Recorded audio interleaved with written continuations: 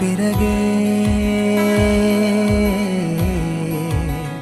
பிடிக்குது கடலை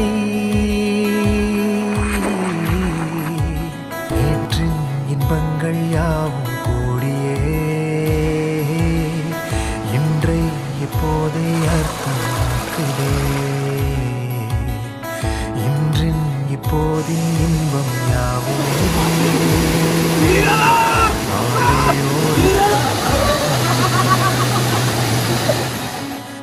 வாழாயன் வாழ்வை வாழவே